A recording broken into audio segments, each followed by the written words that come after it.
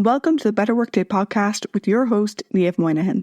Q4 is crunch time for many workers, whether it's trying to achieve business goals before end of year, wanting to stretch yourself in advance of a performance review, or just the chaos of the time of year. It can be difficult to know where and how to focus your time. Niamh, what are some ways we can set ourselves up for success with our goals for Q4?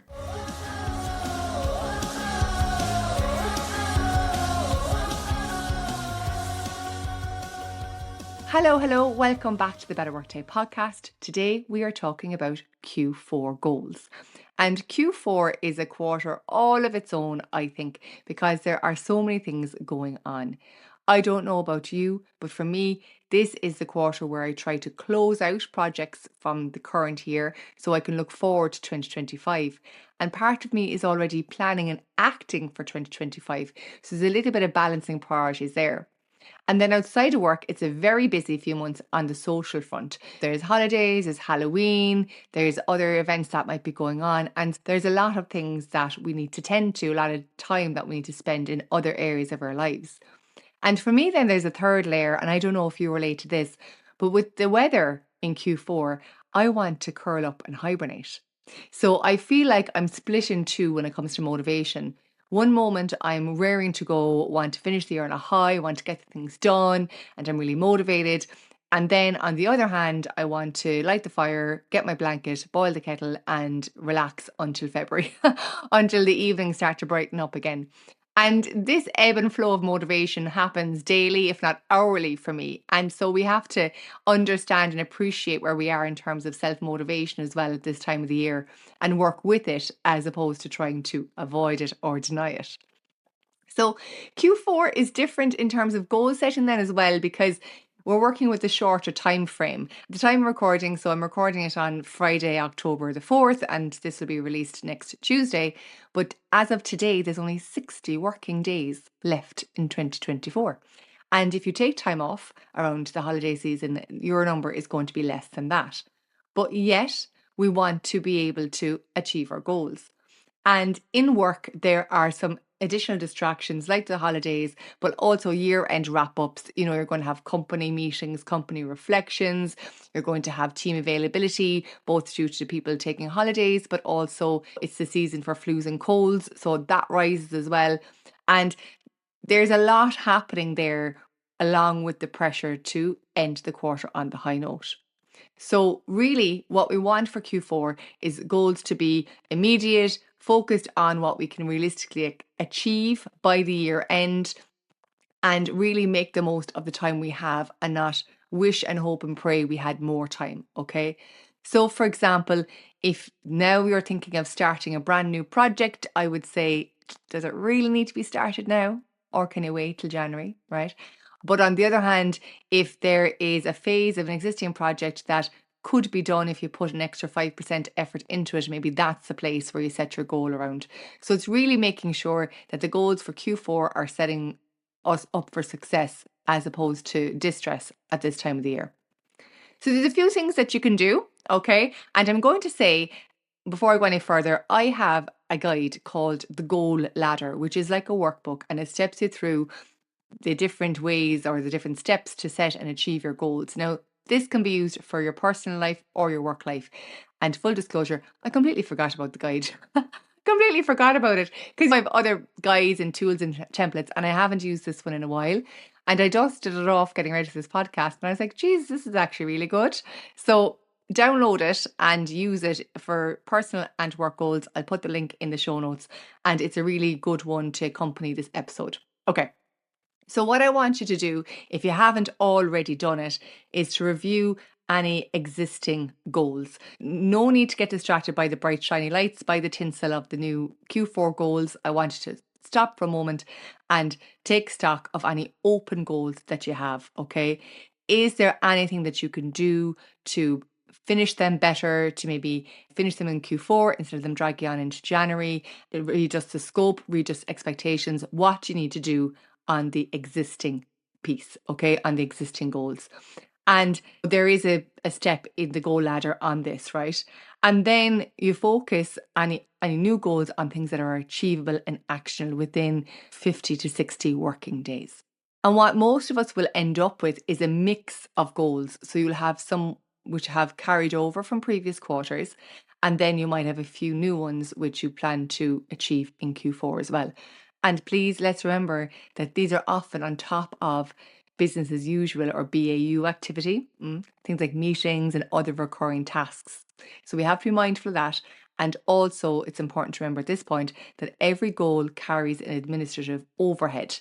So it's not just doing the work, it's also the work about the work, meetings, updates, emails, filing, admin, all those kind of things. So please be mindful of how much you're taking on. I'm just going to say that a lot in this episode because it's the trap we fall into. Okay.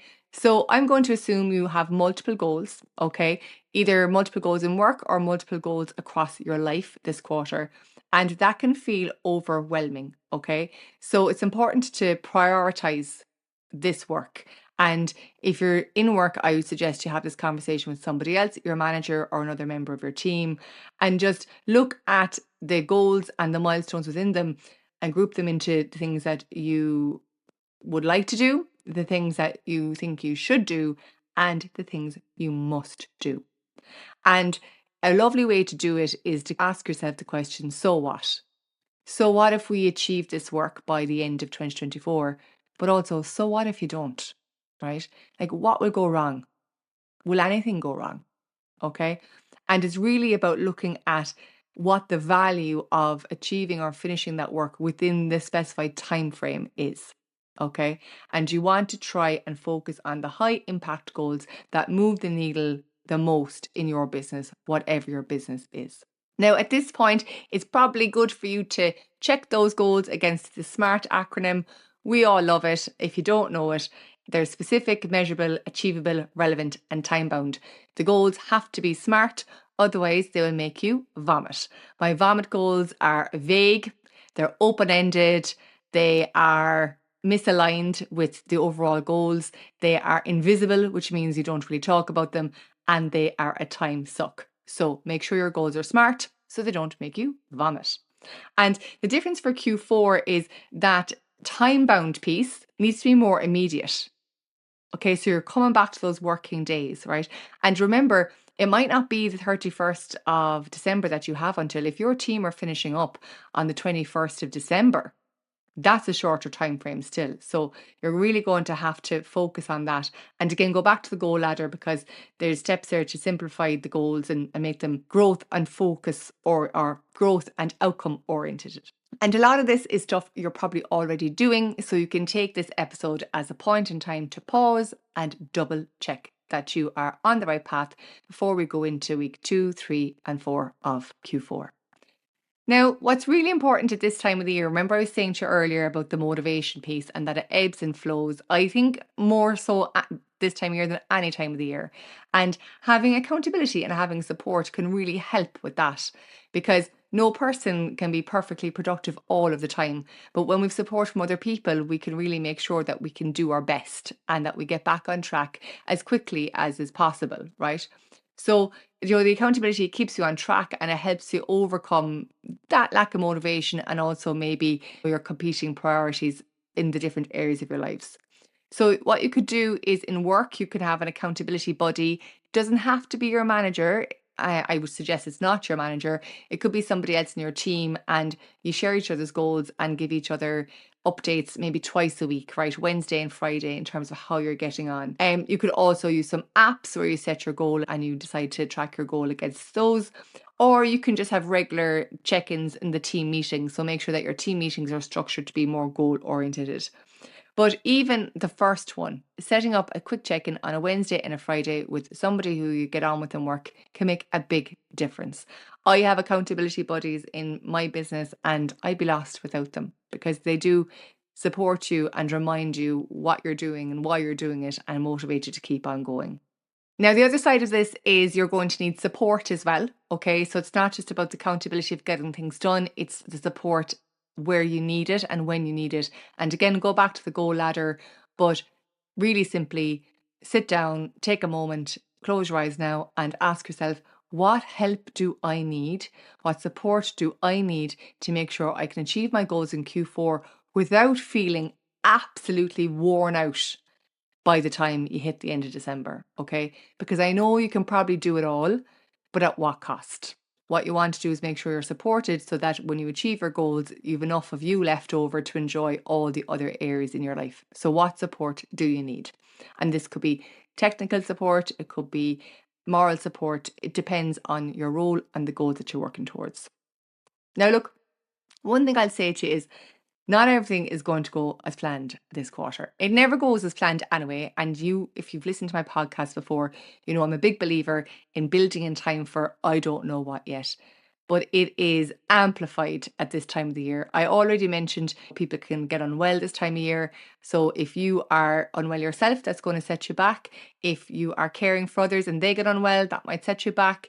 If people have to take time off unexpectedly, oh my God, there's so much more. Like if you're planning to do an on-site and there's a weather warning and you can't go, if you plan to meet somebody to finish a project and all of a sudden they can't make it, there's so much that can get in the way of your goals. And I just want you to know that stuff will probably go wrong, okay? And that's fine as long as you pause, take a moment and reorient yourself towards what you need to do next. And really being compassionate with yourself and with others at this time of the year will make the work flow more easily. Now, I really want you this time of the year as well, and I suggested it earlier when I was talking about support, is make sure that you not only finish strong, but you can recharge so you're ready to start 2025 with fresh energy. And so you look forward to coming back to work in January. And it's doing things like I mentioned earlier, making sure the stuff you're working on is the stuff that moves the needle or creates most impact, making sure that you have your accountability buddies, that you have the support you need, and that you are kind to yourself when things go off rails.